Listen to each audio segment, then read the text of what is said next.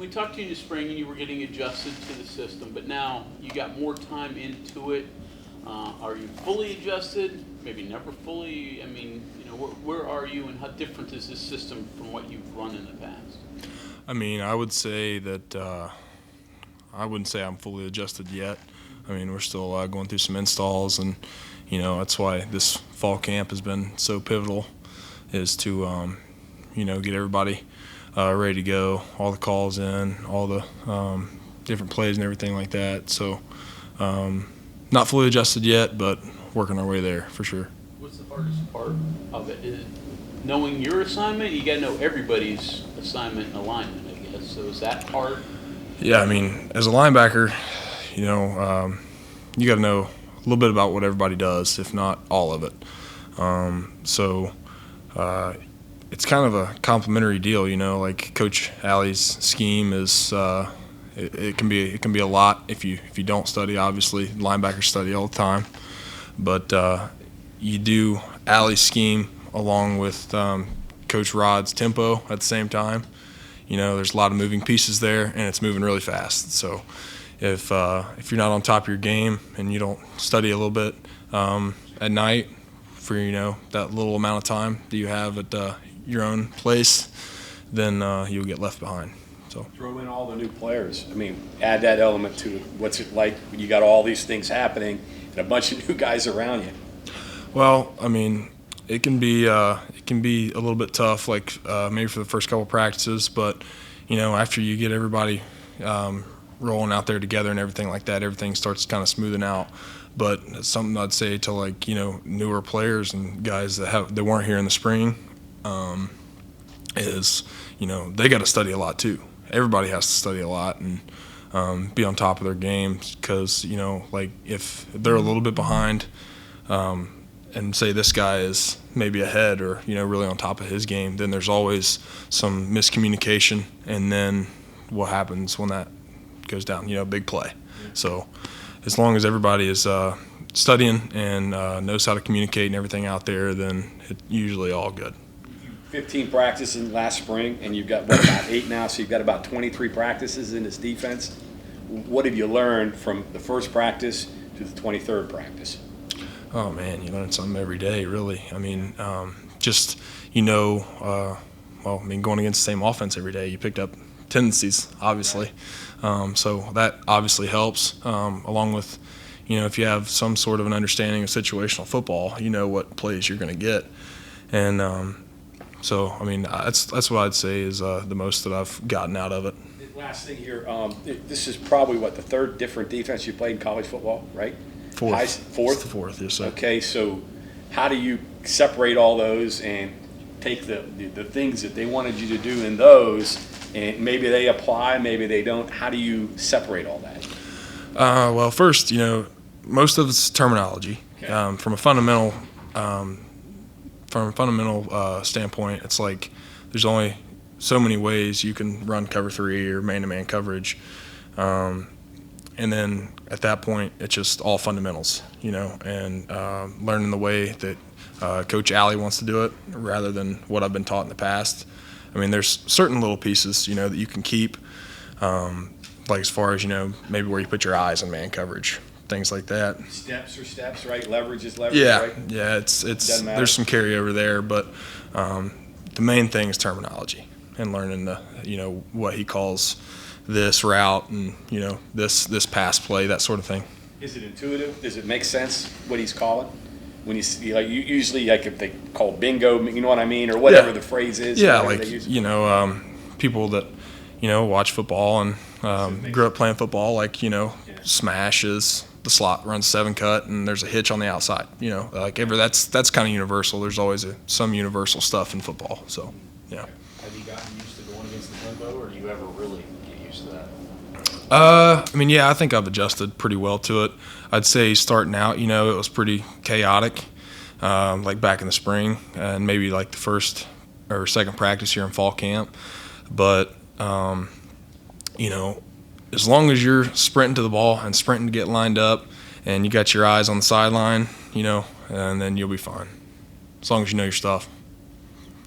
What have you seen so far from Chase Wilson? You guys are pretty similar in size, both transferred here after spending the first few years elsewhere. What might he be able to bring to this defense?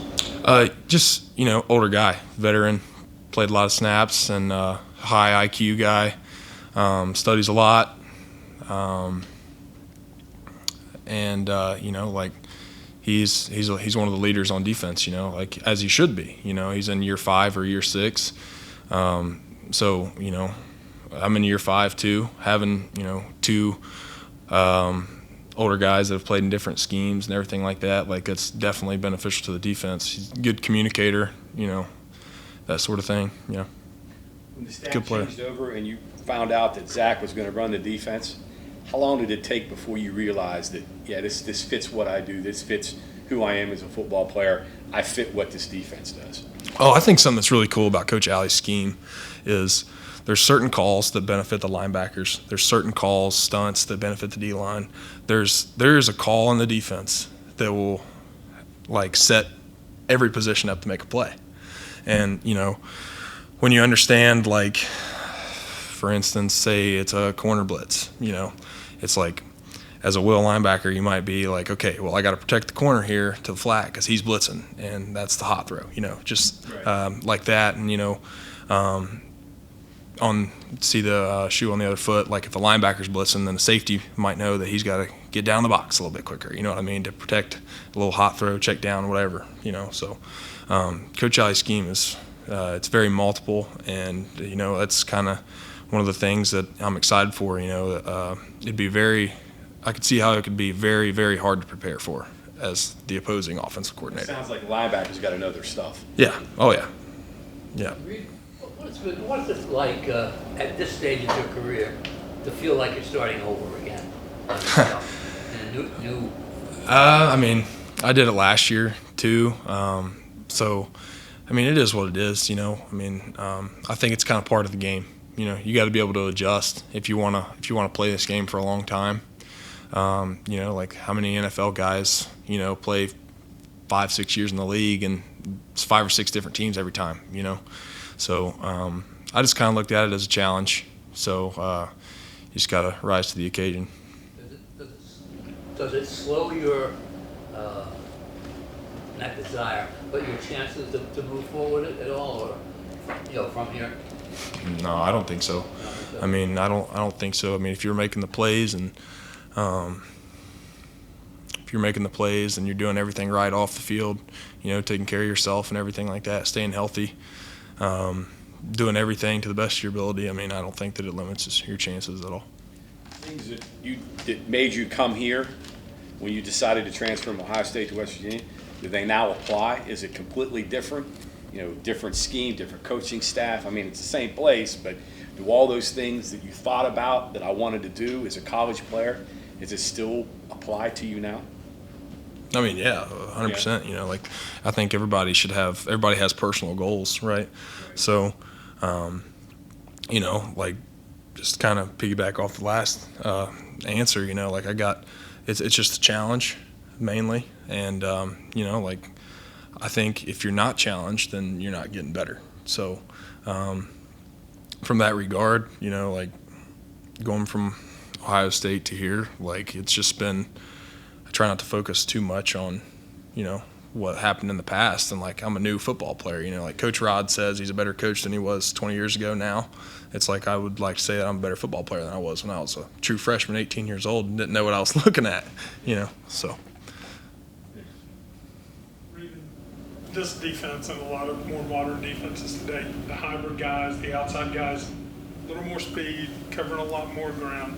Does that take away the necessity for a Mike and a Will or a guy that has a defender outside of him a lot of times to be able to do that? Or I know you mentioned a couple things, hey, I've got to get here quick to cover this. Is it still part of the position? I mean, yeah, I'd say that just about all linebackers in today's game are somewhat of a hybrid, right? Because you think about guys like, I don't know, like a Dick Butkus, like that guy was playing in a different era where you had to be, if you're a linebacker, you had to be 265 pounds because you're plugging the same A-gap all the time. Well, in today's game, you know, you might be lined up between the slot receiver and the core, and you might have to, you know, hold off this RPO and then get in there and fit the run. So, I mean, I think linebacker is an interesting position because you have to be able to do so much, and that's why linebackers are pretty valuable on special teams, because there's so many different jobs that you have to be able to do as a linebacker. And it seems like a lot of that is changing position speed. It's not just, hey, timed in the 40. It's making your cut, doing a drop here, angle here. Oh, yeah. You got to be quick doing that too. Yeah, change of direction's obviously like worth its weight in gold in today's game, and you know, obviously running your top speed is too. So, yeah, like you got to be able to raise your hips a little bit, run, and then you got to be able to sink your hips on a dime, change direction, all that stuff. Like it can be pretty challenging at times, depending on what your job is.